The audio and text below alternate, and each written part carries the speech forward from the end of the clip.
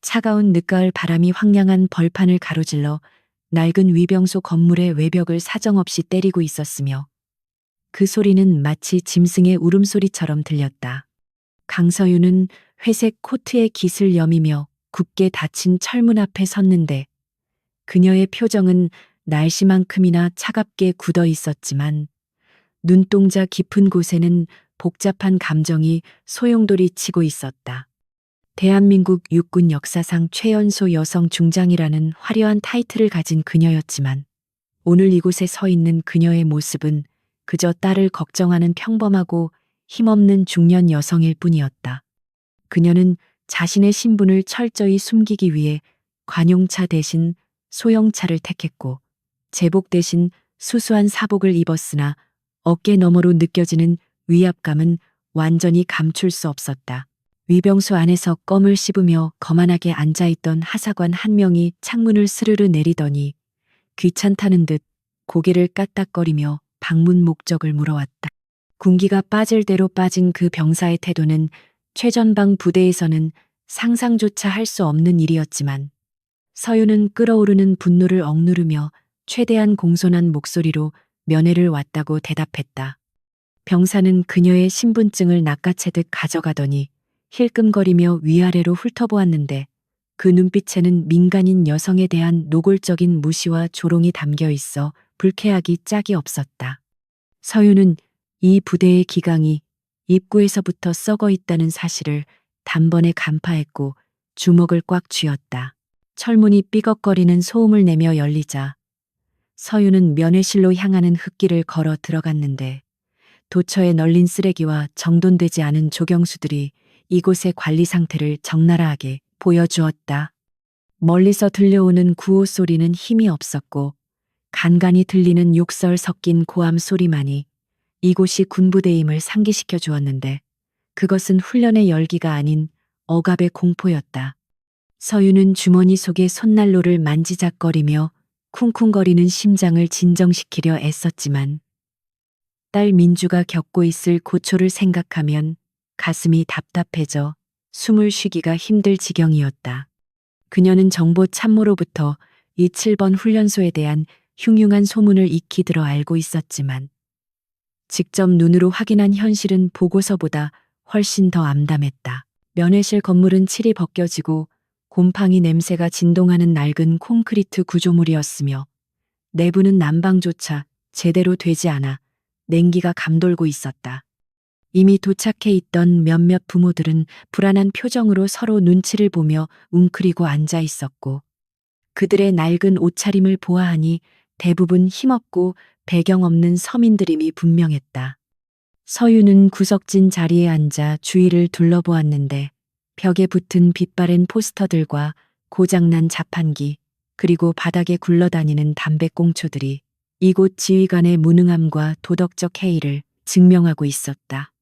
그녀는 테이블 위에 놓인 먼지를 손가락으로 훑으며 이 모든 부조리를 기록해두기 위해 머릿속에 지도를 그리듯 세밀하게 관찰했다. 10여 분이 지났을까 복도 끝에서 무거운 군화발 소리가 들려오더니 굳게 닫혀있던 철문이 거칠게 열리며 훈련병들이 인솔자의 고함과 함께 입장했다. 서윤의 시선은 본능적으로 대열을 훑으며 딸의 모습을 찾았고 마침내 가장 뒤쪽에서 고개를 숙인 채 걸어 들어오는 익숙한 실루엣을 발견하고는 숨을 멈췄다. 입대 전만 해도 건강하고 활기찼던 민주는 불과 몇 주 사이에 반쪽이 되어 있었고 헐렁해진 군복은 그녀의 마른 몸을 더욱 애처롭게 보이게 만들었다. 서윤은 당장이라도 달려가 딸을 끌어안고 싶었지만 주변에 감시하는 눈길을 의식하며 천천히 자리에서 일어나 손을 흔들었다. 민주는 어머니를 발견하고도 곧바로 달려오지 못하고 쭈뼛거리며 인솔 간부의 눈치를 살피는 모습을 보였는데 그 행동 하나만으로도 그녀가 얼마나 심한 심리적 압박을 받고 있는지 알 수 있었다. 인솔자가 턱짓으로 허락을 내리자 그제야 민주는 절뚝거리는 걸음으로 서윤에게 다가왔고 그 걸음걸이를 보는 순간 서윤의 가슴은 날카로운 칼로 베이는 듯한 통증을 느꼈다. 가까이서 본 딸의 얼굴은 거칠게 터져 있었고 눈 밑에는 짙은 다크서클이 드리워져 있었으며 무엇보다 생기를 잃은 눈동자가 서윤을 가장 고통스럽게 만들었다.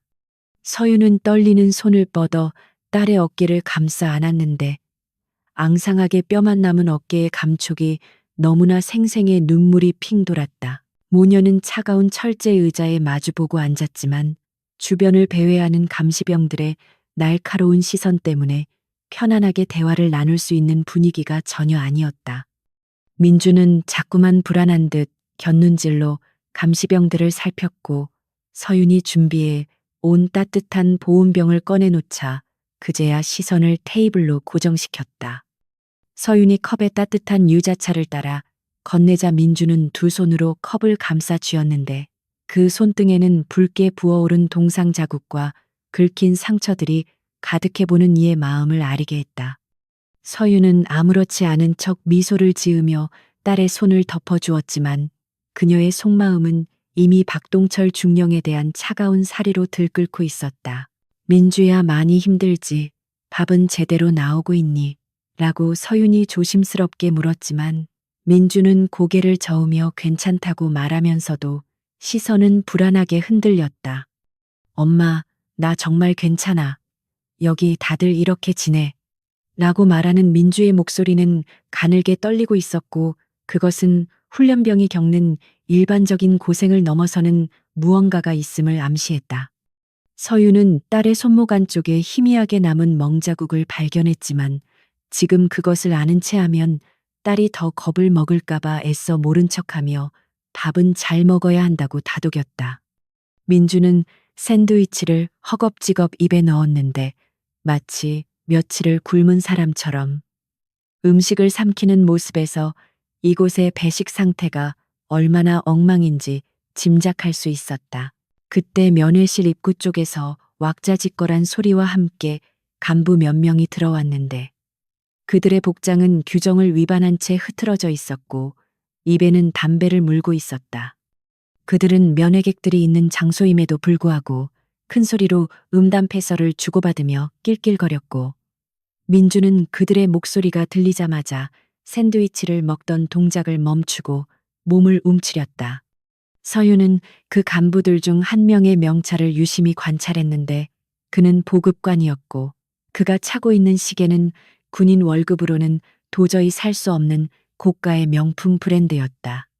서윤의 뇌리에는 보급물자 횡령이라는 단어가 스쳐 지나갔고 이 부대의 부패가 단순히 기강의 수준을 넘어섰음을 확신했다. 민주는 입안의 음식을 겨우 삼키고는 목소리를 낮추어 엄마 혹시 그 사람 마주치더라도 절대 눈 마주치지 마라고 속삭이듯 경고했다. 서윤이 그 사람이 누구냐고 묻자 민주는 입술을 깨물며 박동철 중령님인데 기분이 나쁘면 이유 없이 트집을 잡아서 얼차려를 주셔라고 대답했다.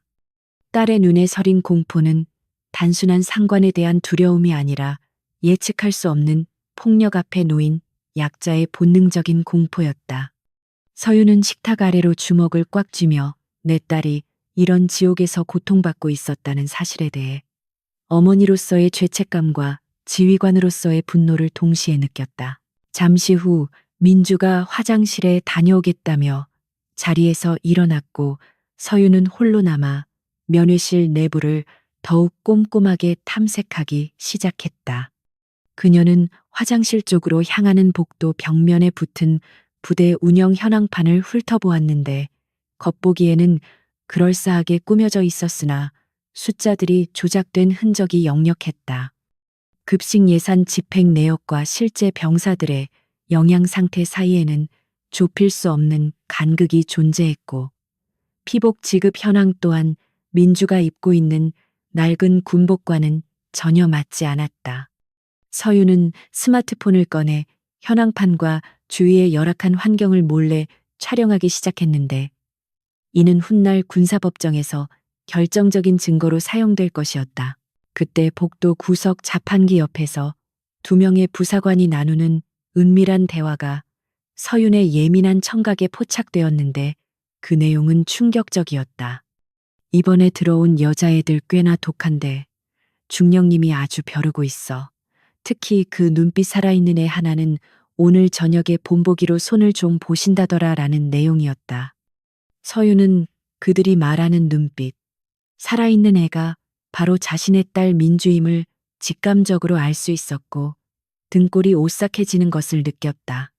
그들은 킬킬거리며 이번 주말에 들어올 외부 업체, 리베이트 건에 대해서도 떠들었는데 이는 명백한 범죄 행위이자 군법 회부감이었다. 서유는 자리로 돌아와 마음을 가다듬으며 다시 한번 냉철한 이성을 되찾으려 노력했지만 심장은 걷잡을 수 없이 뛰고 있었다.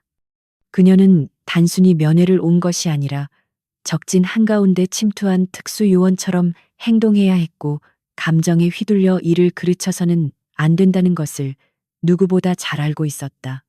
민주가 돌아왔을 때 그녀의 얼굴은 세수라도 한 듯 조금 젖어 있었지만 붉어진 눈시울은 화장실에서 혼자 울다 왔음을 짐작게 했다.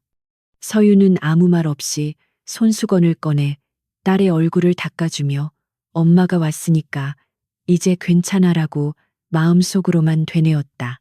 면회 시간이 거의 끝나갈 무렵 안내 방송이 울려 퍼지자 면회실안은 아쉬움의 탄식과 흐느낌 소리로 가득 찼다.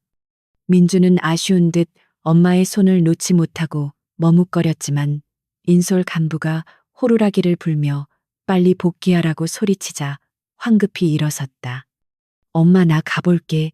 아프지 말고 건강해야 해 라고 말하며 돌아서는 딸의 뒷모습은 너무나 작고 위태로워 보여 서윤의 마음을 무겁게 짓눌렀다. 서윤은 멀어지는 딸의 등을 향해 걱정 마. 엄마가 다 알아서 할 거야 라고 작게 중얼거렸지만 소란스러운 면회실 소음에 묻혀 민주에게는 닿지 않았다. 민주가 사라진 철문 밖을 한참이나 응시하던 서윤은 천천히 몸을 돌려 면회실을 빠져나왔는데 들어올 때와는 달리 그녀의 눈빛은 차갑게 가라앉아 있었다. 밖에는 여전히 매서운 바람이 불고 있었지만 그녀는 추위를 전혀 느끼지 못할 정도로 온몸의 신경이 날카롭게 곤두서 있었다. 그녀는 주차장에 세워둔 자신의 차로 돌아가 트렁크에서 낡은 서류 가방 하나를 꺼냈는데 그 안에는 만약을 대비해 가져온 군용 태블릿과 위성 통신 장비가 들어 있었다. 그녀는 아직 정복으로 갈아입을 때는 아니라고 판단했지만 이 부대의 썩어빠진 환부를 도려내기 위한 수술 준비는 지금부터 시작이었다. 서유는 차 안에서 잠시 눈을 감고 자신이 알고 있는 모든 군법 조항과 감찰 규정을 머릿속으로 빠르게 시뮬레이션했다. 박동철 중령이라는 자는 자신의 왕국에서 왕처럼 군림하고 있겠지만 그는 오늘 자신이 건드려서는 안 될 상대의 딸을 건드렸다는 사실을 곧 뼈저리게 깨닫게 될 것이었다. 그녀는 다시 차문을 열고 나와 위병소가 아닌 본청 건물이 보이는 우회로 쪽으로 발걸음을 옮겼는데 그곳은 민간인 출입 통제 구역이었지만 그녀에게는 해당하지 않는 단어였다. 경계병이 보이지 않는 사각지대를 찾아 움직이는 그녀의 동작은 신속하고 은밀했으며 특수전 사령관다운 노련함이 묻어났다. 철조망 너머로 보이는 연병장에서는 기합 소리가 들려왔고 서유는 그곳에서 벌어지고 있을 가혹행위를 짐작하며 이를 악물었다. 그녀는 단순한 복수심이 아니라 대한민국 군대의 명예와 정의를 바로 세우기 위해 이 썩은 고름을 짜내기로 결심했다.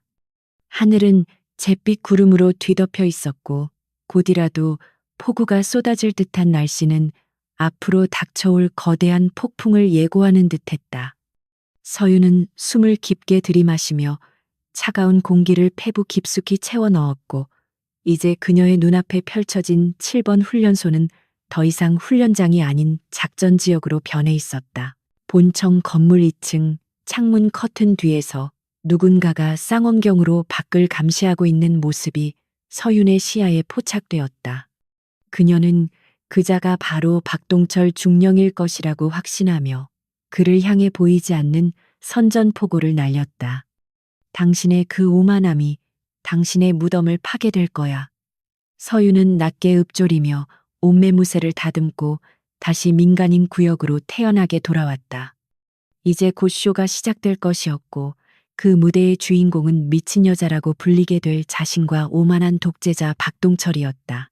박동철 중령이 면회실 앞 광장의 모습을 드러내자 주변의 공기 흐름마저 순식간에 얼어붙는 듯했으며 곳곳에서 긴장감이 감돌았다. 그는 규정에 어긋나게 풀어헤친 전투복 상의와 삐딱하게 쓴 베레모 차림이었는데 그 모습은 명예로운 군인이라기보다는 뒷골목의 건달 우두머리에 더 가까워 보였다. 그의 뒤에는 마치 호위무사처럼 건장한 체격의 부하들이 따르고 있었고 그들의 거만한 눈빛은 이곳의 절대적인 제왕이 누구인지 과시하고 있었다.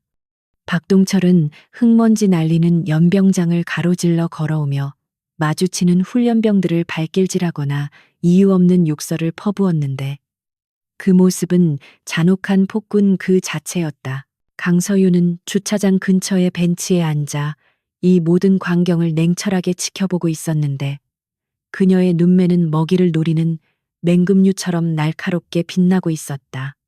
그녀는 수십 년간의 군 생활 동안 수많은 지휘관을 겪어봤지만 이토록 노골적으로 권력을 남용하고 품위를 잃은 장교는 처음 보는 유형이었다. 박동철의 걸음걸이와 표정, 하나하나에서 묻어나는 오만함은 그가 얼마나 오랫동안 감시의 사각지대에서 왕처럼 군림해 왔는지를 증명하고 있었다. 서윤은 주머니 속에서 주먹을 꽉 쥐었는데 손톱이 살을 파고드는 고통조차 느껴지지 않을 정도로 깊은 분노가 치밀어 올랐다. 박동철은 면회객들이 모여 있는 곳으로 다가와 짐짓 인자한 척 미소를 지었지만 그 웃음 뒤에는 탐욕스러운 속내가 뻔히 비치고 있었다. 그는 부모들이 싸온 음식들을 허락도 없이 집어먹으며 맛이 없다는 둥트집을 잡았고 훈련병 부모들은 혹시라도 자식에게 불이익이 갈까봐 억지로 웃음을 지어 보였다.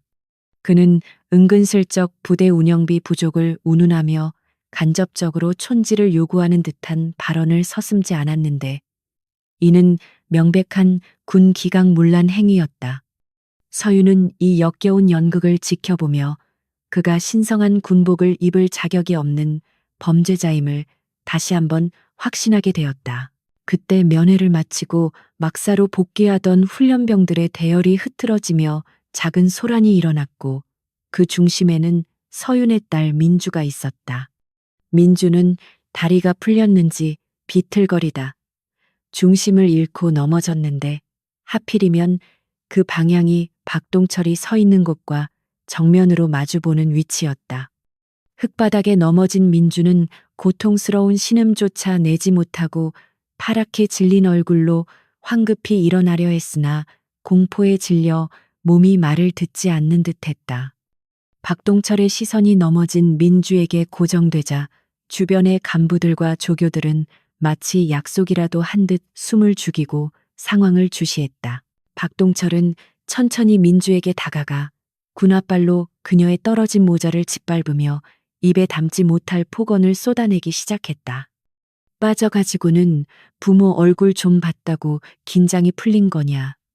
정신 상태가 그따위니까 훈련을 못 따라오는 거야.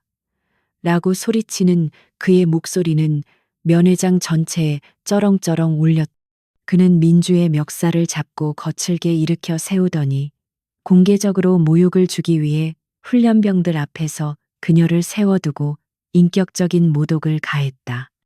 민주는 눈물을 꾹 참으며 관등 성명을 외치려 애썼지만 공포로 인해 목소리는 잘게 부서져 나왔고 몸은 사시나무 떨듯 떨렸다. 더 이상 지켜볼 수 없었던 서윤은 자리를 박차고 일어나 인파를 헤치고 박동철 앞으로 성큼성큼 걸어 나갔다. 지휘관님 훈련병이 실수로 넘어진 것뿐인데 너무 과한 처사 아닙니까?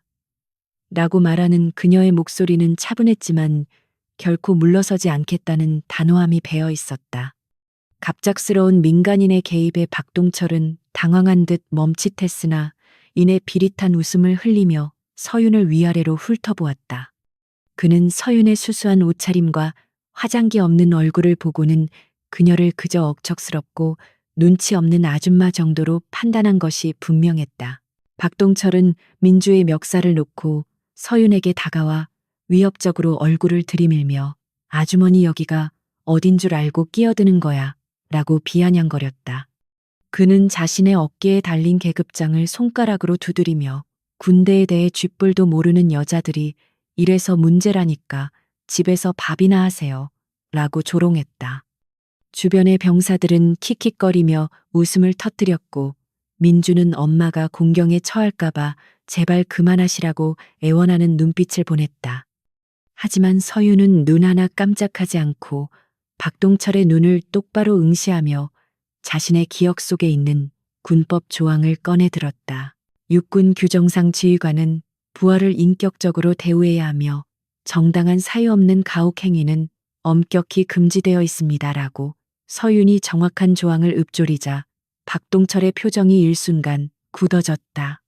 그는 시골 아줌마 입에서 전문적인 군사 규정이 나올 것이라고는 전혀 예상하지 못했기에 잠시 할 말을 잃은 듯했다.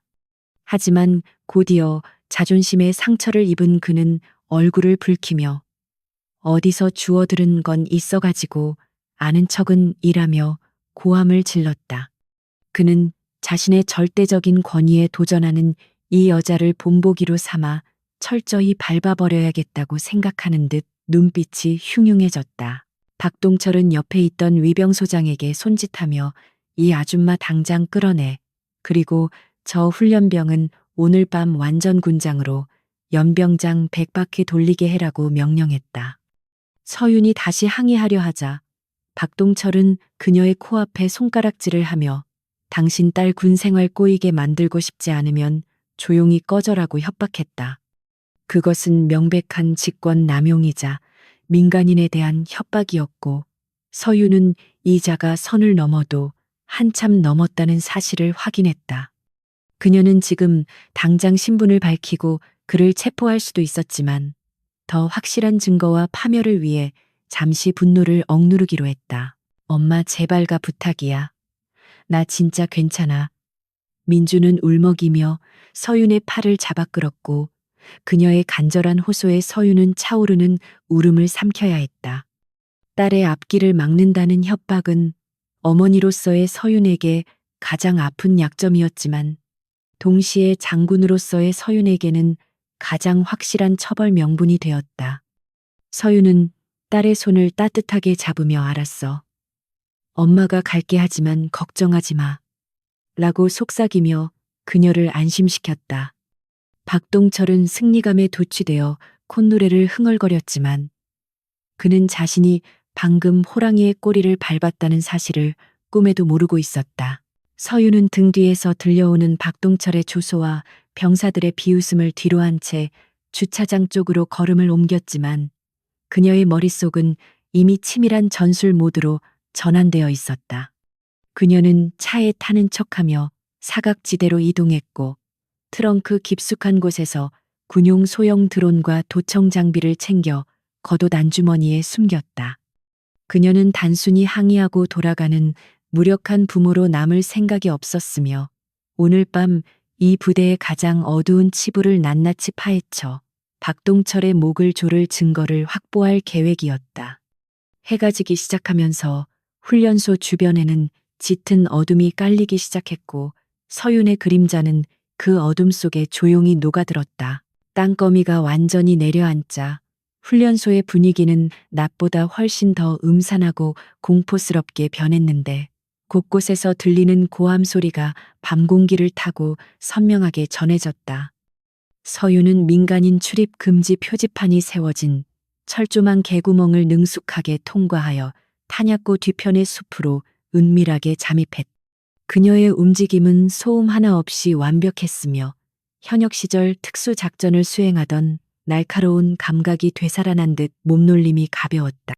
그녀는 나무 뒤에 몸을 숨기고 본청 건물 2층 지휘통제실에 불 켜진 창문을 응시했는데 그곳에는 박동철의 그림자가 어른거리고 있었다. 서윤은 초소형 망원경을 꺼내 창문 안을 들여다보았는데 박동철이 누군가와 통화를 하며 두툼한 서류 뭉치를 금고에 넣는 모습이 포착되었다. 그의 표정은 탐욕으로 일그러져 있었고 책상 위에는 고급 양주병이 놓여 있어 근무 중 음주라는 심각한 규정 위반 사실도 확인되었다. 하지만 서윤이 정말로 주목한 것은 그가 금고에 넣은 장부의 표지였는데 거기에는 외부 업체 이름이 적혀 있어 뇌물수수의 결정적 증거가 될 것임이 분명했다. 이제 본격적인 사냥의 시간이었고 서윤은 어둠 속에서 조용히 미소를 지으며 다음 단계로 넘어갔다. 어둠이 짙게 깔린 7번 훈련소의 밤은 죽음처럼 고요했지만 그 정막 속에는 팽팽한 긴장감이 숨쉬고 있었으며 강서윤은 그림자처럼 은밀하게 움직였다. 그녀는 경계병들의 순찰 패턴을 이미 파악하고 있었기에 탐조 등의 불빛이 닿지 않는 사각지대를 이용해 보급 창고 뒤편으로 접근하는 데 성공했다. 차가운 밤 공기가 폐부를 찔렀지만 그녀의 이마에는 식은땀이 맺혔고 군화 대신 신은 운동화는 마른 낙엽 위를 소리 없이 밟으며 목표 지점을 향해 나아갔다. 굳게 잠겨 있어야 할 창고 뒷문이 살짝 열려 있는 것을 발견한 서윤은 이것이 내부자의 소행임을 직감하고 조심스럽게 문틈으로 몸을 밀어 넣었다. 창고 안은 곰팡이 냄새와 먼지 냄새가 뒤섞여 숨을 쉬기조차 힘들 정도로 탁한 공기가 가득 차 있었고 희미한 달빛만이 창문 틈으로 새어 들어오고 있었다. 서윤은 주머니에서 초소형 손전등을 꺼내 입에 물고 주위를 둘러보았는데 그곳에 쌓여 있는 물건들은 그녀의 예상을 훨씬 뛰어넘는 참담한 수준이었다. 병사들에게 지급되어야 할 전투식량 박스들은 유통기한이 한참 지난 것들이 수두룩했고 구석에는 쥐가 파먹은 흔적이 역력한 쌀포대들이 아무렇게나 방치되어 있었다. 반면 창고 안쪽 깊숙한 곳에는 시중에서도 구하기 힘든 고급 양주 박스와 골프 용품 세트가 비닐도 뜯지 않은 채 산더미처럼 쌓여 있어 극명한 대조를 이루었다. 서윤은 떨리는 손으로 스마트폰을 꺼내 이 기막힌 현장을 하나하나 촬영하기 시작했는데 플래시가 터지지 않도록 설정하는 치밀함도 잊지 않았다. 그녀는 병사들이 덮어야 할 모포들이 습기에 젖어 썩어가고 있는 모습과 난방용 기름통이 텅 비어 있는 것을 확인하며 치솟는 분노를 억누르느라 입술을 깨물었다. 이것은 단순한 비리가 아니라 국가의 부름을 받고 온 젊은 청년들에 대한 살인 미수나 다름없는 범죄 행위였으며 박동철 중령이 그 주범임이 명백했다. 그녀는 증거를 확보하는 과정에서 자신의 딸 민주가 겪었을 추위와 배고픔이 떠올라 가슴이 미어지는 듯한 고통을 느꼈다. 그때 창고 사무실 책상 위에 놓인 두툼한 장부 하나가 서윤의 눈에 들어왔는데 그것은 이중으로 관리되는 비밀 장부임이 틀림없었다. 서윤은 조심스럽게 장부를 넘겨보았는데 그 안에는 횡령한 군수품을 외부 업자에게 빼돌린 날짜와 금액, 그리고 상납 고리가 빼곡하게 적혀 있었다. 특히 박동철 중령의 서명이 선명하게 찍힌 페이지를 발견했을 때 서윤은 이 증거 하나면 그를 군사재판에 회부하고도 남을 것이라고 확신했다. 그녀는 떨리는 손으로 장부의 주요 페이지들을 촬영하며 이 썩어빠진 비리의 사슬을 끊어낼 결정적인 단서를 확보했다는 사실에 안도의 한숨을 내쉬었다. 하지만 서윤이 증거 확보에 몰두해 있던 그 순간 창고 밖에서 자박거리는 군화 발소리와 함께 거친 숨소리가 들려왔다. 그녀는 황급히 손전등을 끄고 쌓여있는 박스 뒤로 몸을 숨겼지만 순찰을 돌던 당직 사관과 병사들이 열려있는 뒷문을 발견하고 안으로 들이닥쳤다. 거기 누구냐? 당장 나와라. 라는 고함과 함께 강력한 서치라이트 불빛이 창고 안을 훑기 시작했고 서윤은 더 이상 피할 곳이 없음을 깨달았다. 그녀는 저항하다가 다치거나 증거를 훼손당하는 것보다는 순순히 잡혀서 박동철과 대면하는 것이 낫겠다고 판단하고 천천히 두 손을 들고 일어섰. 당직 사관은 서윤을 발견하고 깜짝 놀란 듯 잠시 멈칫했으나 곧이어 그녀가 낮에 왔던 면회객임을 알아보고 험악한 표정을 지었다. 아줌마 여기서 뭐 하는 거야? 미쳤어. 라는 사관의 고함에 병사들이 달려들어 서윤의 팔을 거칠게 꺾어 제압했고 그녀는 고통스러운 신음조차 내지 않고 냉정함을 유지했다. 그들은 서윤을 마치 간첩이나 흉악범을 다루듯 거칠게 끌고 나갔는데 그 과정에서 그녀의 옷이 찢어지고 손목에 멍이 들었지만 그녀의 눈빛만은 형형하게 살아있었다. 소란스러운 소리에 잠을 자던 병사들이 창문으로 내다보았지만 사관의 욕설에 놀라 황급히 커튼을 닫았다.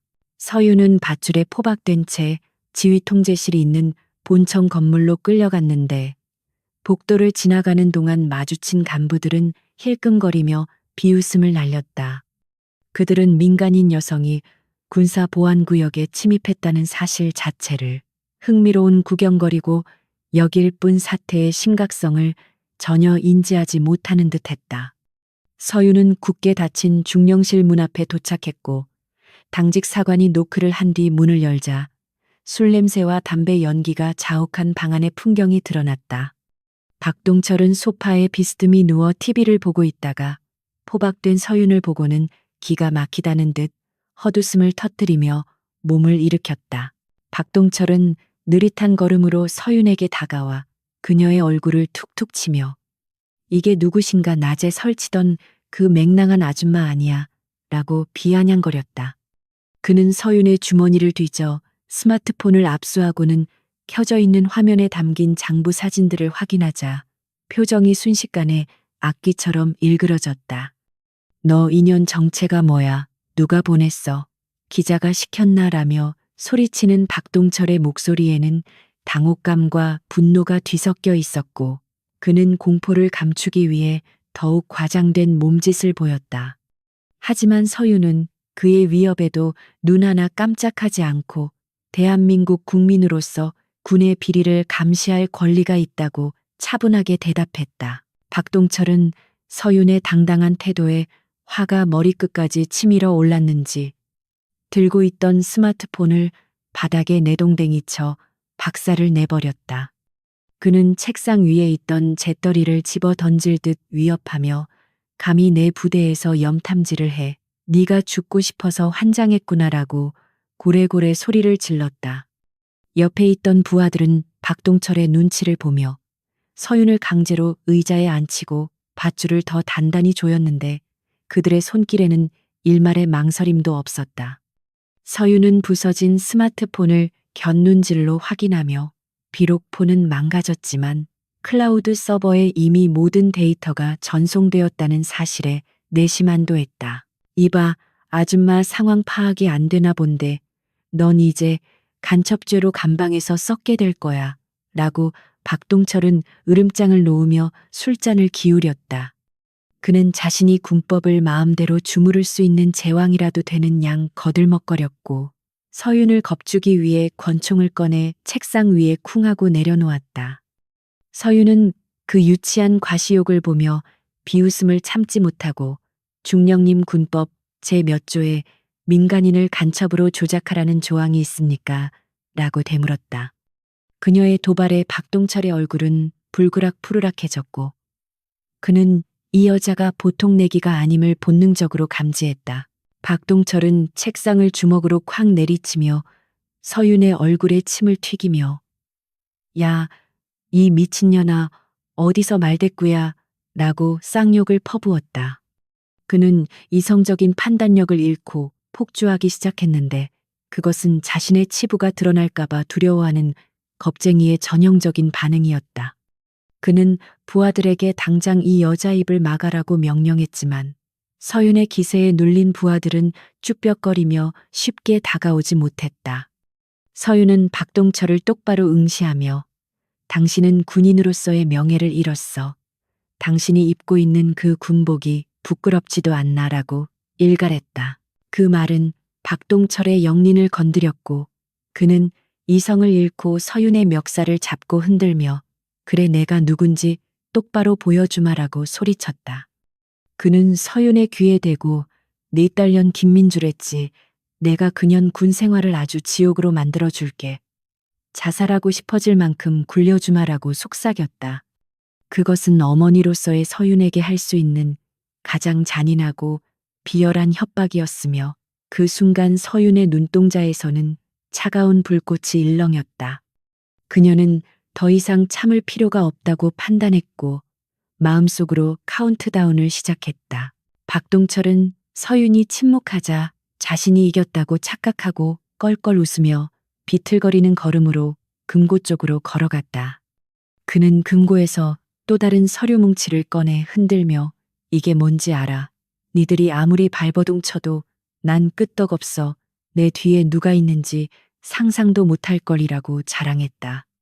그는 서윤을 조롱하기 위해 일부러 장부의 내용을 큰 소리로 읽어내려 갔는데 그것은 자신의 목을 조르는 밧줄이 될 줄도 모르고 벌이는 자살행위나 다름없었다. 서윤은 그가 스스로 자백하는 내용을 머릿속에 녹음하듯 새겨 넣으며 이 모든 것이 군사법정에서 증언될 것임을 확신했다.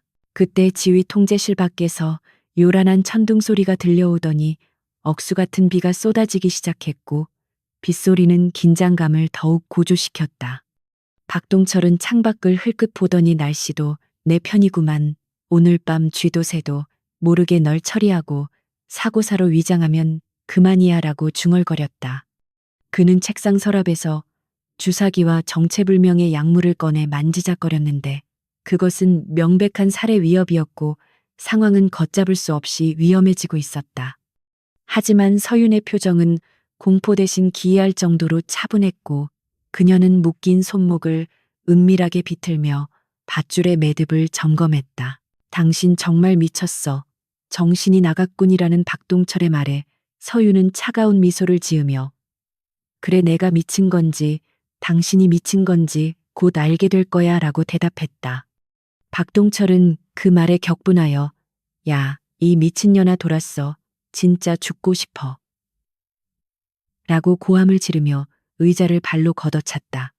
의자가 넘어지면서 서윤은 바닥에 쓰러졌지만 고통스러운 기색 하나 없이 박동철을 올려다보았는데 그 눈빛은 먹이를 노려보는 맹수의 그것과 같았다. 박동철은 순간 등골이 서늘해지는 것을 느꼈지만 술기운과 자만심 때문에 그 경고 신호를 무시했다. 박동철은 부하들에게 이 여자 지하 독방에 가둬놔.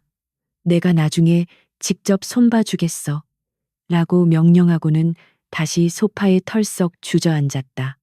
병사들이 서윤을 일으켜 세우려 하자 서윤은 힘을 주어 버티며 마지막 경고를 날렸다. 지금이라도 늦지 않았어. 자수하고 죄를 빈다면 정상 참작은 될 거야. 그 말에 박동철은 배를 잡고 웃으며 야 이 미친 아줌마가 끝까지 개그를 하네.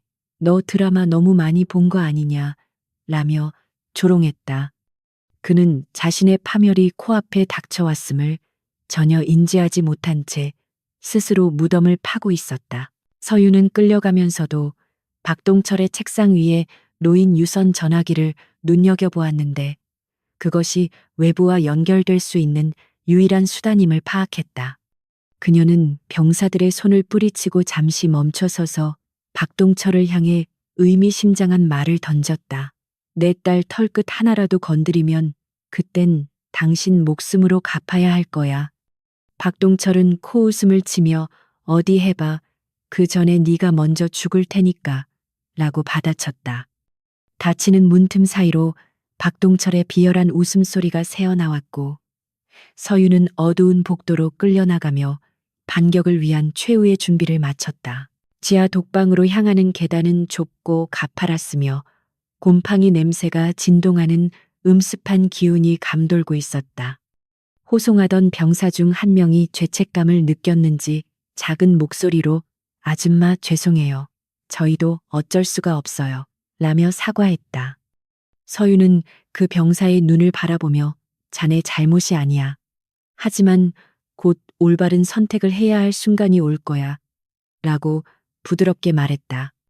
병사는 그 말의 의미를 이해하지 못하고 고개를 갸웃거렸지만 서윤의 목소리에는 거부할 수 없는 힘이 실려 있었다. 독방 철창 안에 갇힌 서윤은 밧줄이 풀리자마자 멍든 손목을 주무르며 바닥에 앉아 숨을 골랐다.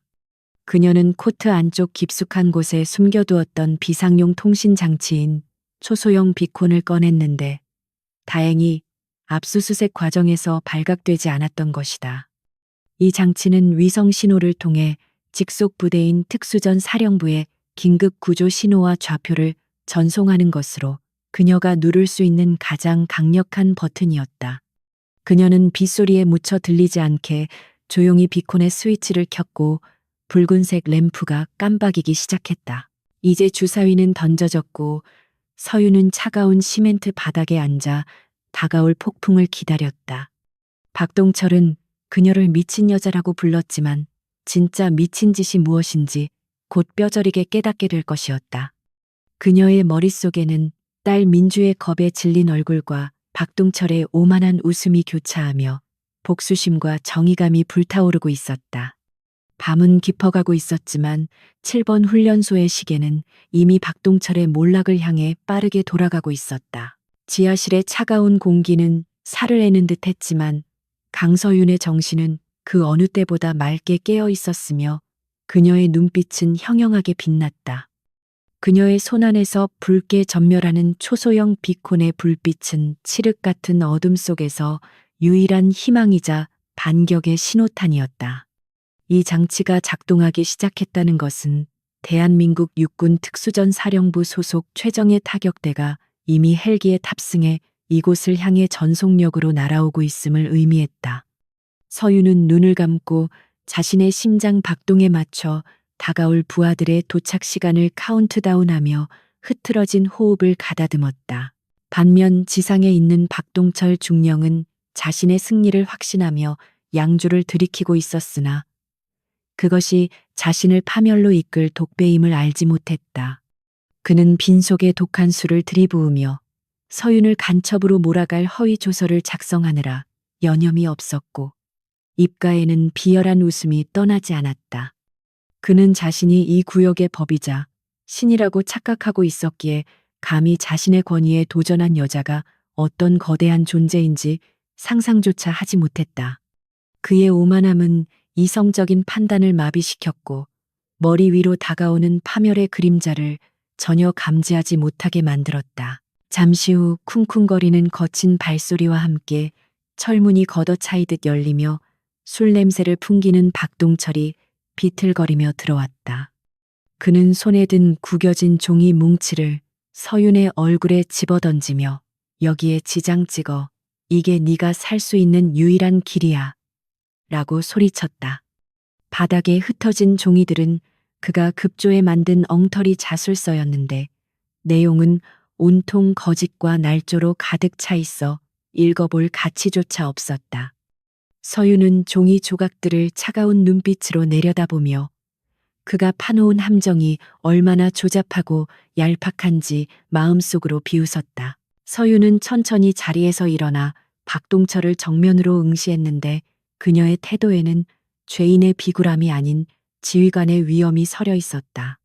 중령 당신이 지금 무슨 짓을 저질렀는지 아직도 파악이 안 되나 본데 이 종이 쪼가리가 당신을 지켜줄 것 같나?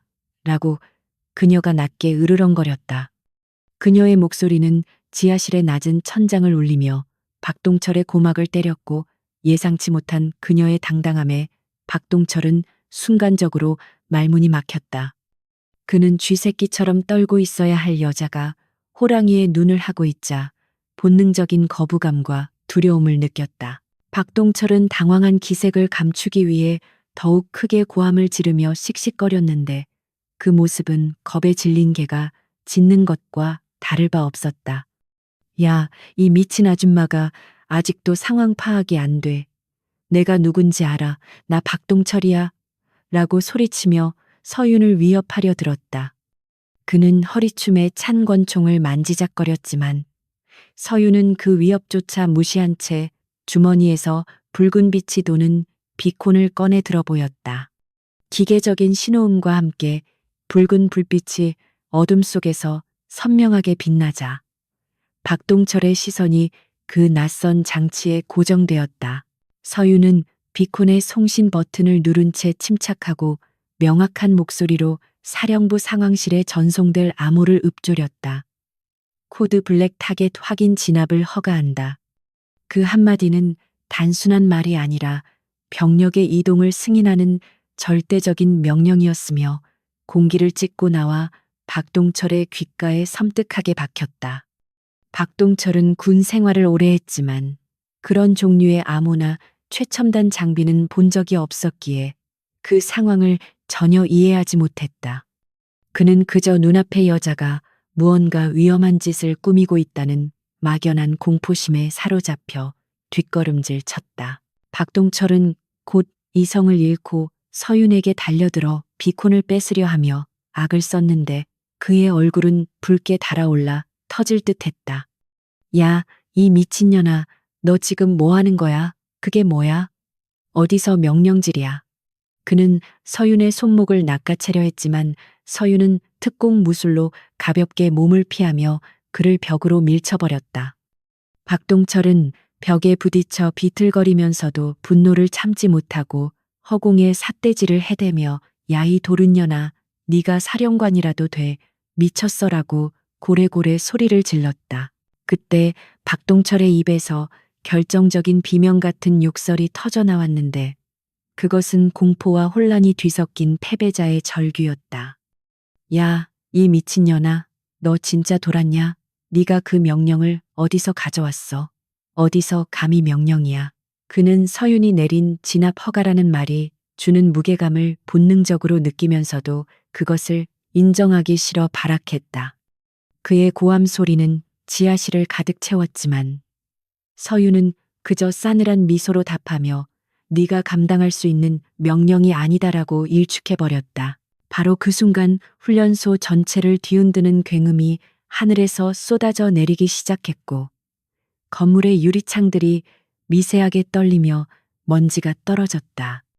그것은 한두 대의 헬기가 아니라 대규모 비행 편대가 저공 비행을 하며 접근할 때 발생하는 엄청난 소음과 진동이었다. 박동철은 지진이라도 난 듯 흔들리는 바닥에 주저앉으며 천장을 올려다 보았는데 그의 눈동자는 극도의 공포로 사정없이 흔들리고 있었다. 밤하늘을 가르는 거대한 프로펠러 소리는 마치 분노한 용이 포효하는 것처럼 들렸고 훈련소의 정막을 완전히 깨뜨려 버렸다. 지상에 있던 당직병이 헐레벌떡 지하실로 뛰어내려오며 사색이 된 얼굴로 소리쳤다. 중령님 큰일 났습니다. 하늘의 헬기가 수십 대가 떴습니다. 병사의 보고는 비명에 가까웠고 박동철은 믿을 수 없다는 듯 입을 벌린 채 멍하니 서윤을 바라보았다. 헬기의 강력한 서치라이트 불빛이 작은 창문을 뚫고 들어와 지하실의 어둠을 대낮처럼 밝혔고 그 빛 속에 서 있는 서윤은 심판을 내리러 온 신처럼 보였다. 그녀의 그림자가 길게 늘어지며 박동철을 덮쳤고 그는 압도적인 공포에 질식할 것만 같았다. 서윤은 굳어버린 박동철에게 한 발짝 다가가며 나지막하지만 힘있는 목소리로 말했다. 내 명령이 어디서 나왔는지 궁금한가, 박중령. 그녀의 목소리는 헬기 소음 속에서도 또렷하게 들렸고 박동철은 다리가 풀려 바닥에 주저앉은 채 엉덩이로 뒷걸음질 쳤다. 그는 이제야 자신이 건드린 상대가 단순한 아줌마가 아니라는 사실을 뼈저리게 깨닫고 있었지만 이미 돌이킬 수 없는 강을 건넌 뒤였다. 밖에서는 고성능 확성기를 통해 무장 해제하고 즉시 투항하라는 경고 방송이 쩌렁쩌렁 울려 퍼지기 시작했다. 훈련소 연병장에는 특수부대원들이 레페를 타고 강화하는 소리가 들려왔고 건물 옥상에도 타격대가 착지하는 쿵쿵 소리가 이어졌다. 박동철이 쌓아올린 견고한 왕국은 순식간에 모래성처럼 붕괴하고 있었고 그가 믿었던 권력과 폭력은 압도적인 정규군의 힘 앞에서 아무런 소용이 없었다. 서윤은 흐트러진 옷매무새를 다듬으며 지하실 문을 향해 걸어갔고 그녀의 발걸음은 더 이상 갇힌 자의 것이 아니었다. 그녀는 뒤돌아보지 않고 기대해라. 이제부터가 진짜 지옥일 테니라고 차갑게 내뱉으며 계단을 올랐다. 엄청난 굉음과 함께 지상으로 내려앉은 헬기들의 프로펠러가 일으키는 거센 돌풍은 훈련소 연병장의 흙먼지를 사막의 모래폭풍처럼 흩날리게 만들었다. 칠흑 같은 어둠을 찢어발기는 서치라이트의 강력한 불빛들이 교차하며 마치 대나처럼 환해진 연병장에는 검은색 작전복을 입은 특수임무 수행 부대원들이 신속하게 전개되었다. 그들의 움직임은 기계처럼 정교하고 한치의 오차도 없었으며 총구는 정확하게 본청 건물의 출입구와 주요 거점을 향해 겨누어져 있었다. 자다 깬 훈련병들과 당직 사관들은 창문에 매달려 이 비현실적인 광경을 멍하니 바라보았는데 마치 전쟁이라도 발발한 듯한 공포와 경외심이 그들을 동시에 사로잡았다. 박동철 중령은 비틀거리는 걸음으로 지하실에서 기어나와 본청 현관으로 뛰쳐나갔지만 눈앞에 펼쳐진 압도적인 무력 시위에 입을 다물지 못했다. 그는 자신의 눈을 의심하며 손으로 비벼보았지만 헬기 측면에 선명하게 찍힌 특수전 사령부 마크는 사라지지 않았고 오히려 그를 비웃는 듯 선명하게 빛나고 있었다. 그는 상황을 파악하려 애쓰며 가까이 있는 검은 베레모의 부대원에게 다가가 내가 여기 지휘관이다. 지금 이게 무슨 행패냐라고 소리쳤다. 하지만 그 부대원은 박동철을 마치 투명 인간 취급하며 눈길조차 주지 않은 채 무전기에 대고 작전 구역 확보 완료라고 보고할 뿐이었다. 그때 현관 입구에서 강서윤이 먼지를 뒤집어 쓴 채 천천히 걸어 나왔는데 그녀의 표정은 주변의 소란스러움과는 대조적으로 호수처럼 고요했다. 그녀의 헝클어진 머리카락과 더러워진 외투는 볼품없어 보였지만 그녀가 뿜어내는 기운은 수십 명의 무장 병력을 압도하고도 남음이 있었다. 박동철은 그녀를 보고 삿대질을 하며야 이 미친년아, 네가 무슨 짓을 꾸민 거야? 이 헬기들 다 뭐야? 라고 악을 썼다. 그는 여전히 현실을 부정하며 이 모든 것이 서윤이 꾸민 거대한 사기극일 것이라고 믿고 싶어 했지만 그의 목소리는 두려움에 젖어 갈라지고 있었다. 바로 그 순간 헬기에서 내린 한 무리의 장교들이 대열을 갖추어 서윤을 향해 절도 있게 걸어오기 시작했는데 그들의 선두에는 대령 계급장을 단 부관이 서 있었다. 부관은 박동철을 거칠게 밀치고 지나가 서윤 앞에 멈춰서더니 우렁찬 목소리로 충성이라고 외치며 거수 경례를 올렸다. 그 경례 소리는 헬기의 소음을 뚫고 훈련소 전체에 울려 퍼졌고 박동철은 넋이 나간 사람처럼 그 광경을 지켜보며 입을 벌렸다. 대령이 고개를 숙이며 사령관님 늦게 도착하여 송구합니다. 명령하신 대로 전 병력 이동 완료했습니다. 라고 보고하는 순간 시간마저 멈춘 듯 했다. 부관은 곁에 있던 부하에게 눈짓을 했고 부하는 정중하게 들고 있던 옷걸이에서 잘 다려진 정복 상의와 별 3개가 박힌 베레모를 꺼내 서윤에게 건넸다. 서윤은 낡은 회색 코트를 벗어던지고 부관이 건네준 정복 재킷을 걸쳤는데 어깨에 달려있는 3개의 은색 별이 서치라이트 빛을 받아 찬란하게 빛났다. 그녀가 베레모를 머리에 쓰고 옷매무새를 다듬자 방금 전까지의 힘없는 아줌마는 온데간데없고 대한민국 육군 중장의 위험 있는 모습만이 그곳에 존재했다. 그것은 마법 같은 변신이 아니라 그녀가 원래 가지고 있던 본연의 모습으로 돌아가는 엄숙한 의식과도 같았다. 박동철은 서윤의 어깨에서 번쩍이는 계급장을 보고 숨이 턱 막히는 것을 느꼈으며 다리에 힘이 풀려 그 자리에 주저앉고 말았다. 그의 머릿속에서는 중장이라는 단어와 쓰리스타라는 단어가 밍밍거리는 이명처럼 울려 퍼졌고 심장이 멈출 것 같은 공포가 엄습해왔다. 자신이 뺨을 때리고 욕설을 퍼붓고 감금했던 여자가 바로 자신의 생사여탈권을 쥐고 있는 직속 상관인 특수전 사령관이었다는 사실은 그가 감당할 수 있는 현실이 아니었다. 그는 바들바들 떨리는 손으로 땅을 짚으며 고개를 들 수조차 없었고 입에서는 의미를 알 수 없는 신음소리만 흘러나왔다. 서윤은 천천히 박동철에게 다가가 그의 눈높이에 맞춰 허리를 숙였는데 그녀의 그림자가 박동철의 전신을 덮으며 숨통을 조여오는 듯했다. 박중령 자네가 물었었지. 내가 미친 건지 당신이 미친 건지 이제 그 대답을 알겠나? 라고 묻는 그녀의 목소리는 차갑지만 묵직했다. 박동철은 공포에 질려 눈물과 콧물을 흘리며 사령관님, 저는 정말 몰랐습니다. 한 번만 살려주십시오. 라고 애원했다. 하지만 서유는 그의 비굴한 변명에 귀를 기울이는 대신 경멸 어린 시선으로 그를 내려다보며 군인의 명예를 팔아먹은 자에게 자비란 없다라고 일갈했다. 연병장 주변을 에워싼 훈련병들과 기관병들은 창문 너머로 이 믿기지 않는 광경을 목격하고 전율을 느꼈으며 그들 사이에서는 작은 환호성이 터져나오기 시작했다. 그동안 박동철의 폭정에 시달리며 숨죽여 지내던 그들에게 서윤의 등장은 마치 구세주의 강림과도 같았고 정의가 실현되는 순간을 직접 목격하고 있다는 사실에 가슴이 벅차올랐다.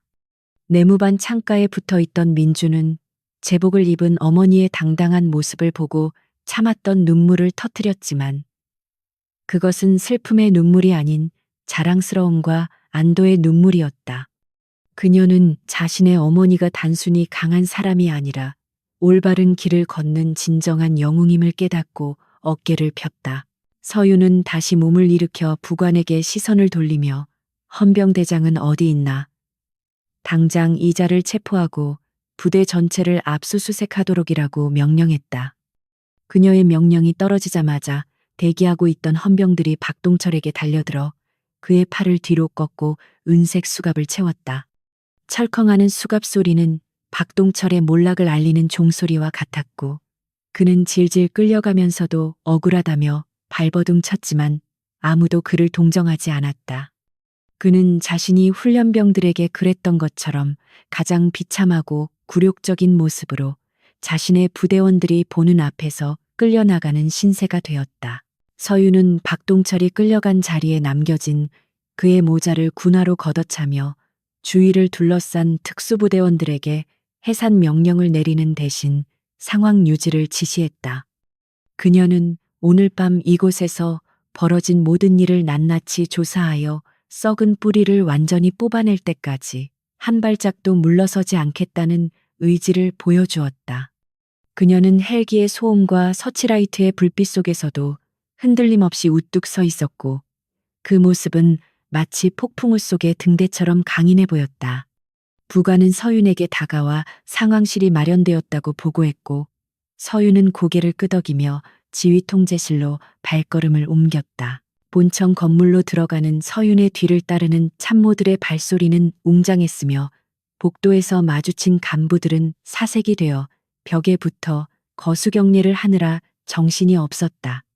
그들은 자신들이 박동철의 비리에 동조했거나 침묵했던 죄가를 치르게 될까봐 두려움에 떨었고 서유는 그들의 눈을 하나하나 맞추며 무언의 경고를 보냈다. 그녀는 단순히 박동철 한 사람을 처벌하는 것이 아니라 이 부대의 만연한 부조리와 악습을 타파하기 위해 칼을 빼든 것이었다. 그녀가 지나가는 곳마다 팽팽한 긴장감이 감돌았고 공기마저 그녀의 권위에 압도당해 무겁게 가라앉았다.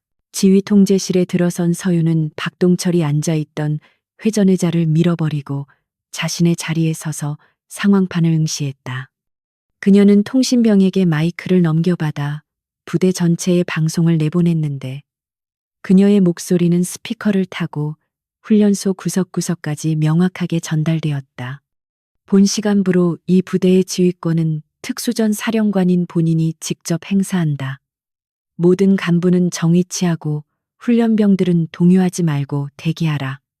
그녀의 방송은 혼란스러웠던 부대를 순식간에 진정시켰고 새로운 질서가 확립되었음을 선포하는 선언이었다. 창밖의 헬기들은 여전히 상공을 선회하며 위압감을 과시하고 있었고 지상에는 군 검찰 차량들이 사이렌을 울리며 속속 도착하고 있었다. 서유는 창가에 서서 분주하게 움직이는 병력들을 내려다보며 깊은 숨을 내쉬었는데 가슴 속 응어리가 조금은 풀리는 듯 했다. 하지만 그녀는 아직 싸움이 끝나지 않았음을 알고 있었기에 긴장의 끈을 놓지 않고 날카로운 눈빛을 유지했다. 이제부터는 감정에 치우치지 않고 법과 원칙에 따라 냉정하게 죄를 묻고 벌을 내리는 심판의 시간이 시작될 것이었다. 날이 밝아오기 시작한 7번 훈련소의 본청 건물은 밤새 이어진 압수수색과 강도 높은 조사의 열기로 뜨겁게 달아올라 있었다. 군 검찰 수사관들은 박스 가득 압수한 서류와 컴퓨터, 하드디스크를 쉴 새 없이 실어 나르고 있었고, 복도에는 조사받기 위해 대기하는 간부들이 줄지어 앉아 고개를 숙이고 있었다. 박동철 중령의 최측근으로 불리며 온갖 비리를 도왔던 보급관과 행정관들은 이미 수갑을 찬 채 별실로 격리되어 신문을 받고 있었는데 그들의 입에서는 줄줄이 새로운 범죄, 사실들이 쏟아져 나오고 있었다. 강서윤은 지휘관실 중앙 테이블에 앉아 수사관들이 보고하는 내용을 실시간으로 검토하며 냉철하게 지시를 내리고 있었다. 잠시 후 헌병들에게 양팔을 붙들린 박동철이 조사실로 끌려 들어왔는데 불과 몇 시간 전에 기세등등하던 모습은 온데간데 없고 초라한 폐잔병에 몰골을 하고 있었다. 그의 얼굴은 공포와 수면 부족으로 인해 흑빛으로 변해 있었고 입가에는 마른 침이 허옇게 말라붙어 있어 보는 이로 하여금 혐오감을 불러일으켰다. 서윤은 서류에서 눈을 떼지 않은 채 그가 의자에 앉을 때까지 기다렸다가 천천히 고개를 들어 그를 바라보았다. 그녀의 눈빛에는 그 어떤 감정도 담겨 있지 않았는데 그 무심함이 오히려 박동철에게는 더욱 큰 공포로 다가와 그의 심장을 옥죄었다. 서윤은 테이블 위에 놓인 이중 장부와 스마트폰 복원 데이터를 박동철 앞으로 밀어주며 자네가 그렇게 자랑하던 뒷배들이 자네 전화를 받지 않더군이라고 차갑게 말했다. 박동철은 떨리는 손으로 장부를 넘겨보았지만 그 안에는 자신이 저지른 횡령과 뇌물수수의 기록이 너무나도 상세하게 적혀 있어 변명의 여지가 없었다. 그는 입술을 달달 떨며 사령관님, 이건 오해입니다. 다 부대 운영비를 충당하기 위해 어쩔 수 없이 관행적으로 해오던 일입니다. 라고 억지 주장을 폈다. 하지만 그의 목소리는 기어들어 갈 듯 작았고 스스로도 그 말을 믿지 않는 눈치였다. 서윤은 책상을 주먹으로 가볍게 내리치며 그의 말을 끊었고 그 소리에 박동철은 화들짝 놀라 어깨를 움츠렸다. 병사들에게 먹일 식자재 대금을 빼돌려 유흥비로 탕진하고 난방비를 착복해 자신의 골프채를 산 것이 부대 운영을 위한 관행인가라고 서윤이 날카롭게 되물었다. 그녀는 구체적인 날짜와 금액 그리고 사용처까지 정확하게 읊어대며 박동철의 거짓말을 하나하나 논리적으로 박살냈다. 박동철은 식은땀을 비오듯 흘리며 눈동자를 굴렸지만 서윤이 제시하는 명백한 증거들 앞에서는 그 어떤 교묘한 궤변도 통하지 않았다. 궁지에 몰린 박동철은 급기야 자신의 부하들에게 모든 책임을 전가하려는 비열한 태도를 보이기 시작했다. 저는 몰랐습니다. 보급관 놈이 서류를 조작해서 저를 속인 겁니다. 저는 결제 도장만 찍었을 뿐입니다. 라고 소리치며 억울함을 호소했다. 하지만 서윤은 코웃음을 치며 이미 보급관이 자네의 지시사항이 녹음된 파일을 제출했네.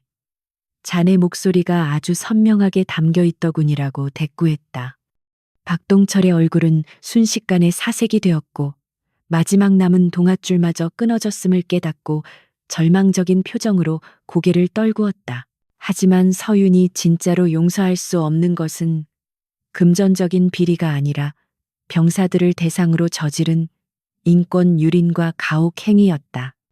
그녀는 별도로 작성된 피해자 진술 조서를 꺼내 들었는데 그 안에는 이유 없는 구타와 폭언, 그리고 성적인 모욕을 당한 수십 명의 병사들의 피눈물 나는 증언이 담겨 있었다.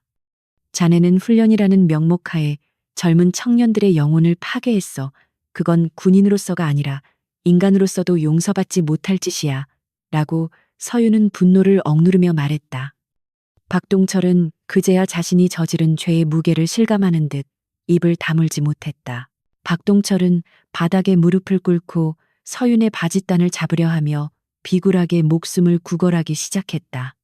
사령관님 한 번만 살려주십시오. 저에게도 처자식이 있습니다. 제발 불명예 전역만은 피하게 해주십시오. 라고 울부짖었다.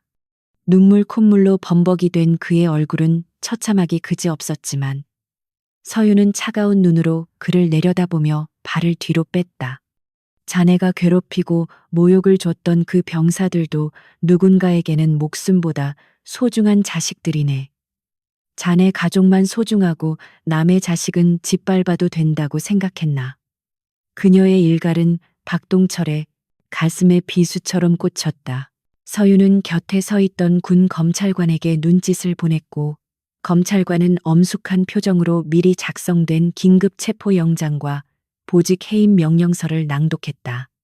박동철 중령 귀관을 군형법상 횡령 직권남용 가혹행위 교사 혐의로 긴급 체포하며 현 시간부로 모든 직위와 권한을 박탈한다. 검찰관의 목소리가 사무실에 울려 퍼지는 동안 박동철은 넋이 나간 사람처럼 멍하니 허공을 응시했다. 헌병들이 다가와 그의 양쪽 어깨에 달려있던 중령 계급장을 거칠게 뜯어내자 그는 비명 같은 신음을 토해냈다. 군인에게 있어 계급장이 뜯겨 나간다는 것은 사회적인 사형 선고나 다름없는 치욕적인 순간이었다. 계급장이 뜯긴 박동철의 군복은 볼품없이 찢어졌고 그는 더 이상 지휘관이 아닌 중죄인의 신분으로 전락했다. 헌병들은 그를 일으켜 세워 질질 끌고 나갔고 박동철은 다리에 힘이 풀려 제대로 걷지 못하고 짐승처럼 끌려갔다. 서윤은 그 뒤를 따라 건물 밖으로 나갔는데 연병장에는 아침 점호를 위해 모인 전 훈련병들이 그 광경을 지켜보고 있었다. 비가 그친 뒤 맑게 갠 하늘 아래에서 박동철이 포승줄에 묶여 호송차로 끌려가는 모습은 훈련병들에게 잊지 못할 충격과 카타르시스를 선사했다. 훈련병들의 대열 속에 섞여 있던 김민주는 멀리서 어머니의 모습을 발견하고 가슴이 벅차오르는 것을 느꼈다. 제복을 입고 당당하게 서 있는 어머니는 어젯밤 자신을 안아주던 따뜻한 엄마이자 동시에 악을 심판하는 정의의 사도였다. 민주의 옆에 있던 동료 훈련병들은 작은 목소리로 와 저분이 사령관님이래 진짜 멋있다 라고 속삭였고 민주는 속으로 우리 엄마야 라고 외치며 주먹을 꽉 쥐었다. 박동철이 호송차에 처박히듯 태워지고 문이 닫히는 순간 연병장 곳곳에서는 억눌려왔던 안도의 한숨이 터져나왔다. 서윤은 연단에 올라 마이크를 잡고 전 훈련병들을 향해 부드럽지만 단호한 목소리로 연설을 시작했다. 훈련병 여러분 미안합니다. 군은 여러분을 지키고 성장시켜야 할 의무가 있음에도 불구하고 그동안 여러분을 고통 속에 방치했습니다. 그녀의 진심 어린 사과는 상처받은 훈련병들의 마음을 어루만졌고 곳곳에서 훌쩍이는 소리가 들려왔다. 서윤은 이어서 하지만 이제부터는 다를 것입니다. 정의가 살아있는 부대 인격이 존중받는 군대를 만들기 위해 제가 직접 모든 것을 바꿀 것입니다. 라고 약속했다.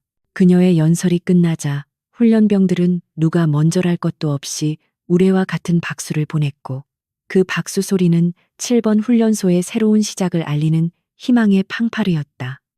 서윤은 연단에서 내려와 맨 앞줄에 서 있는 훈련병들의 손을 하나하나 잡아주었는데 그들의 손은 거칠었지만 따뜻한 온기가 느껴졌다. 그녀는 민주가 서 있는 곳을 향해 잠시 시선을 머물렀고 민주는 어머니를 향해 씩씩하게 미소를 지어 보였다. 말은 하지 않았지만 모녀 사이에는 그 어떤 언어보다 깊은 신뢰와 사랑이 오가고 있었다. 호송차가 사이렌을 울리며 위병소를 빠져나갔고 그 뒤를 이어 증거물을 실은 수사 차량들이 줄지어 훈련소를 떠났다. 박동철이 남긴 오물 같은 흔적들은 빠르게 지워지고 있었고 훈련소에는 맑고 상쾌한 아침 공기가 채워지고 있었다. 서유는 새로 임명된 임시훈련소장에게 철저한 부대 관리와 병사들의 복지 향상을 신신당부하며 인수인계 절차를 마무리했다. 그녀는 자신이 떠난 뒤에도 다시는 이런 일이 재발하지 않도록 시스템적인 감시 체계를 구축하라고 참모들에게 지시했다. 모든 상황이 정리되고 해가 중천에 떠올랐을 때 서유는 비로소 긴장을 풀고 잠시 휴식을 취할 수 있었다. 그녀는 관용차 옆에 기대어 믹스커피 한 잔을 마시며 평화로워진 연병장을 바라보았는데 그 모습은 치열한 전투를 끝낸 장수의 고독과 여유가 동시에 느껴졌다. 이제 그녀에게 남은 마지막 임무는 군인이 아닌 어머니로서 딸과 작별 인사를 나누고 돌아가는 것이었다. 폭풍은 지나갔고 그 자리에는 더 단단해진 땅과 더 맑은 하늘만이 남아 있었다. 폭풍이 지나간 7번 훈련소의 하늘은 그 어느 때보다 맑고 푸르게 개어 있었으며 따스한 햇살이 연병장 곳곳을 비추고 있었다. 어제까지만 해도 공포와 억압의 상징이었던 낡은 스피커에서는 군가가 아닌 경쾌한 기상 나팔 소리가 울려 퍼졌고 병사들의 발걸음에는 전에 없던 활력이 넘쳐 흘렀다. 강서윤은 새로 부임한 임시훈련소장 최대령과 함께 부대 시설을 마지막으로 점검하며 변화된 분위기를 몸소 느끼고 있었다. 식당에서는 김이 모락모락 나는 따뜻한 밥과 고깃국이 정량대로 배식되고 있었고 훈련병들의 얼굴에는 핏기가 돌아 생기가 넘쳐 보였다. 서유는 식당 한 구석에서 밥을 먹는 훈련병들을 바라보며 씁쓸하면서도 안도감이 섞인 미소를 지었는데 그것은 지휘관으로서 당연히 지켜져야 할 것들이 이제야 제자리를 찾았기 때문이었다. 그녀는 최대령에게 급식 상태와 난방 시설을 최우선으로 관리하라고 지시하며 병사들의 기본권이 보장되지 않는 강군이란 존재할 수 없음을 거듭 강조했다. 최대령은 서윤의 지시를 수첩에 꼼꼼히 메모하며 다시는 이런 불미스러운 일이 발생하지 않도록 자신의 명예를 걸고 부대를 정상화하겠다고 맹세했다. 서윤은 그의 굳은 눈빛을 보며 이제 이곳을 떠나도 되겠다는 확신을 가질 수 있었다. 부대 점검을 마친 서윤은 지휘관실로 돌아와 잠시 혼자만의 시간을 가졌는데 책상 위에는 그녀가 처리해야 할 마지막 서류들이 놓여 있었다. 그녀는 창밖을 내다보며 어제 박동철이 자신에게 뱉었던 독설과 모욕들을 떠올렸지만 이제 그것들은 아무런 감정의 동요도 일으키지 못했다. 오히려 그 사건은 그녀에게 초심을 일깨워주는 계기가 되었으며 계급장의 무게가 권력이 아닌 책임에서 나온다는 사실을 다시 한번 뼈저리게 느끼게 해주었다. 그녀는 옷걸이에 걸린 정복 상의를 바라보며 자신이 입고 있는 이 옷이 국민을 지키는 갑오심을 되새겼다. 똑똑하는 노크 소리와 함께 부관이 들어와 김민주 훈련병이 면담 대기 중이라고 보고했고 서윤의 표정은 순식간에 엄격한 장군에서 다정한 어머니로 바뀌었다. 들어오게 해. 라고 말하는 그녀의 목소리에는 설렘과 미안함이 섞여 있었고 그녀는 옷매무새를 가다듬으며 딸을 맞이할 준비를 했다. 잠시 후 문이 열리고 말끔하게 군복을 차려입은 민주가 들어왔는데 어제의 위축된 모습은 사라지고 씩씩하고 당당한 군인의 모습이 되어 있었다. 민주는 서윤 앞에 서서 절도 있는 동작으로 충성이라고 외치며 거수 경례를 올렸다. 서윤은 자리에서 일어나 딸에게 다가가 경례를 받아주고는 따뜻하게 안아주었는데 민주의 몸에서 나는 흙냄새와 땀냄새가 그렇게 향기로울 수 없었다. 고생했다. 우리 딸 많이 무서웠지. 엄마가 너무 늦게 와서 미안해. 라고 속삭이는 서윤의 눈시울이 붉어졌다. 민주는 고개를 저으며 엄마 품에 얼굴을 묻고 아니야, 엄마 진짜 멋있었어. 내가 본 군인 중에 최고였어. 라고 대답하며 울먹였다. 그동안 겪었던 마음 고생이 엄마의 품속에서 눈 녹듯 사라지는 순간이었고 모녀는 한동안 말없이 서로의 체온을 느꼈다. 두 사람은 소파에 마주 앉아 그동안 하지 못했던 이야기들을 나누기 시작했는데 대화의 주제는 자연스럽게 어제 있었던 사건으로 흘러갔다. 엄마 진짜 대박이었어. 그 박중령 표정 봤어야 해. 완전히 넋이 나갔더라니까. 민주는 신이 나서 이야기하며 손짓 발짓을 섞어가며 상황을 묘사했다. 서유는 딸의 밝은 모습을 보며 안도의 웃음을 터뜨렸고 박동철이 자신을 미친 여자라고 불렀던 사실을 떠올리며 그래 엄마가 좀 미치긴 했지. 정의에 미친 여자라고 농담을 던졌다. 그 말에 민주는 까르르 웃으며 엄마는 정의의 여신이지 라고 맞장구 쳤다. 한참을 웃고 떠들던 서유는 분위기를 조금 진지하게 바꾸며 민주의 손을 잡고 부드럽지만 단호한 어조로 조언을 시작했다. 민주야, 이번 일로 네가 배웠으면 하는 게 있어. 힘이라는 건 약한 사람을 괴롭히는 데 쓰는 게 아니라 지키는 데 써야 한다는 거야. 그녀는 자신이 왜 그토록 높은 자리에 올라가려고 노력했는지, 그리고 그 힘을 어떻게 사용해야 하는지에 대해 진솔하게 이야기했다. 민주는 엄마의 눈을 바라보며 고개를 끄덕였고, 군인이 된다는 것이 단순히 총을 쏘고 훈련을 받는 것 이상의 숭고한 가치를 지닌다는 것을 깨달았다. 민주는 엄마의 손을 꼭 잡으며 나도 엄마처럼 훌륭한 군인이 될 거야. 겉모습만 번지르르한 게 아니라 속이 꽉 찬 진짜 군인 말이야 라고 다짐했다. 서유는 딸의 성장이 대견스러워 머리를 쓰다듬어 주며 넌 이미 엄마보다 훨씬 강하고 훌륭해. 그 힘든 훈련을 다 버텨냈잖아 라고 격려해 주었다. 민주의 눈빛은 확신에 차 있었고 서유는 자신의 딸이 앞으로 어떤 시련이 닥쳐도 꿋꿋하게 이겨낼 거라 믿어 의심치 않았다. 그것은 장군으로서의 판단이 아닌 어머니로서의 본능적인 믿음이었다. 이제 헤어질 시간이 다가왔고 밖에서는 헬기 프로펠러 소리가 들려오며 서윤의 복귀를 재촉하고 있었다. 서윤은 자리에서 일어나 모자를 쓰며 이제 가봐야겠다. 남은 훈련 잘 받고 건강하게 수료해서 보자. 라고 작별 인사를 건넸다. 민주는 아쉬운 표정을 감추지 못했지만 씩씩하게 일어나 다시 한번 거수 경례를 했고 이번 경례는 처음보다 훨씬 더 각이 잡혀 있었다. 서유는 딸을 한 번 더 꽉 안아주고는 뒤도 돌아보지 않고 지휘관실을 나섰는데 눈물이 흐를까봐 일부러 걸음을 재촉했다. 서윤이 본청 건물을 나오자 연병장에는 놀라운 광경이 펼쳐져 있었는데 전 훈련병들이 자발적으로 도열하여 그녀를 기다리고 있었던 것이다.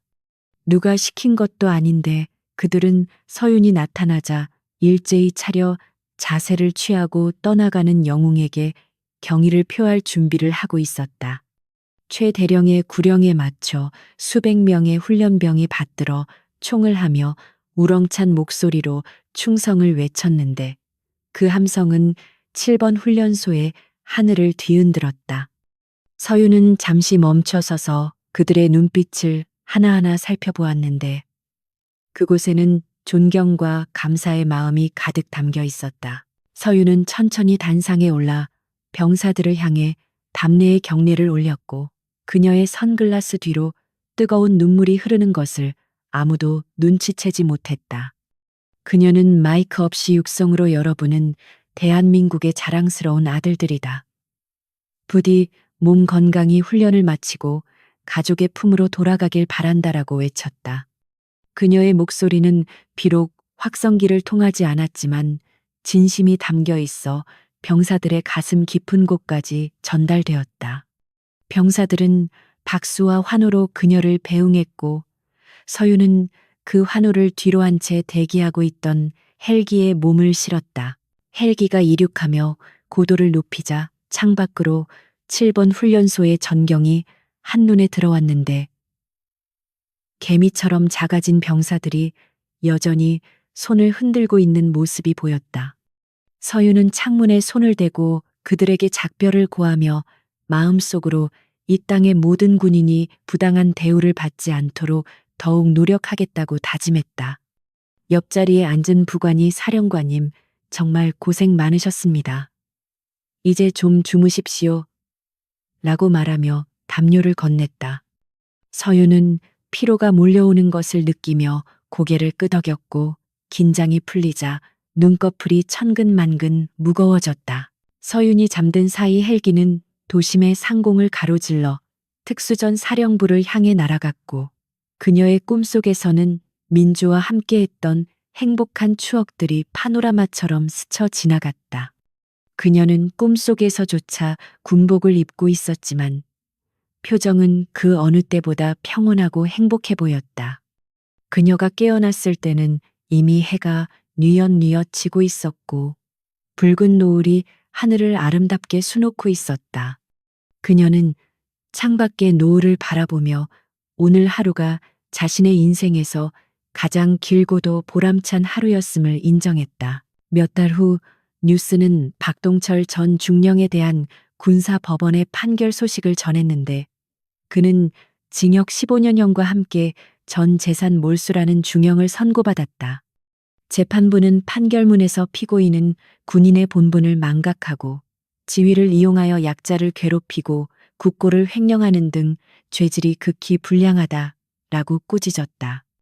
TV 화면 속의 박동철은 수의를 입고 고개를 숙인 채 법정을 빠져나가고 있었는데 그 모습은 과거의 오만함이라고는 찾아볼 수 없는 초라한 죄인의 모습이었다. 서윤은 집무실에서 그 뉴스를 보며 정의가 실현되었음을 확인하고 조용히 TV를 껐다. 그 사건 이후 7번 훈련소는 육군 내에서 가장 모범적인 훈련소로 탈바꿈했으며 병영 문화 개선의 롤모델로 선정되기도 했다.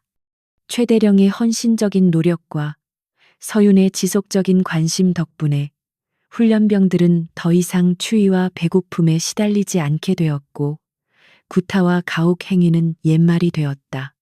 인터넷 커뮤니티에는 7번 훈련소 출신 병사들이 올린 간증글들이 넘쳐났는데 그들은 하나같이 서윤을 갓서윤 또는 마더 장군이라고 부르며 칭송했다.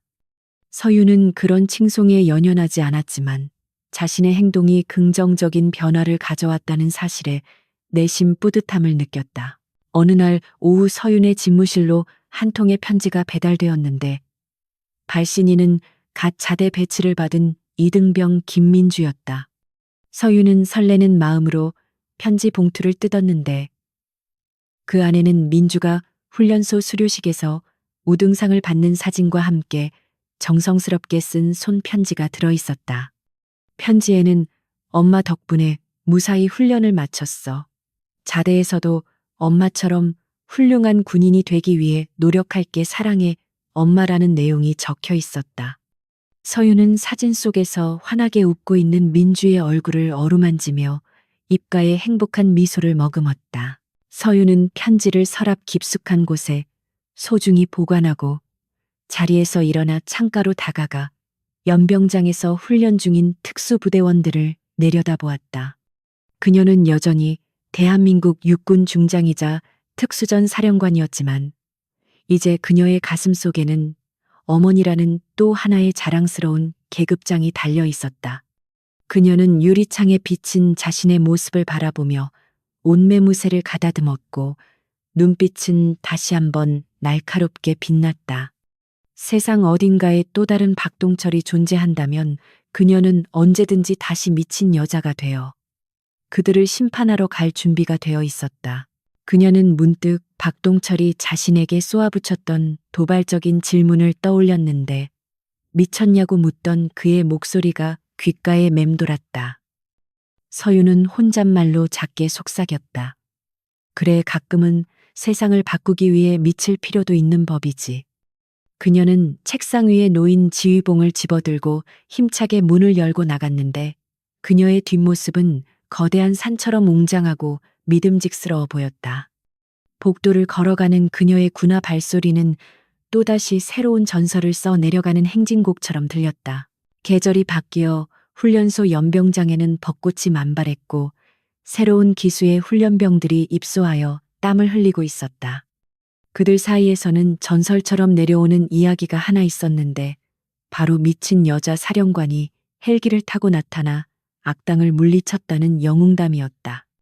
훈련병들은 힘든 훈련 도중에도 그 이야기를 나누며 언젠가 자신들도 그런 멋진 군인이 되겠다는 꿈을 키웠다. 그리고 훈련소 입구에는 작은 비석이 하나 세워졌는데 거기에는 강한 힘은 올바른 곳에 쓰일 때 비로소 빛난다라는 문구가 새겨져 있었다. 먼 훗날 민주는 장교가 되어 어머니가 섰던 그 자리에 서게 될 것이고 어머니가 물려준 정의의 유산을 이어받아 훌륭한 지휘관이 될 것이었다. 서윤의 이야기는 단순히 한 번의 사건으로 끝나는 것이 아니라 군대라는 조직 내에서 정의와 인권의 가치를 되새기게 하는 영원한 등불로 남게 되었다. 바람이 불어와 벚꽃잎이 흩날리는 훈련소의 풍경은 평화로웠고 그 평화는 누군가의 용기 있는 행동이 만들어낸 소중한 결실이었다.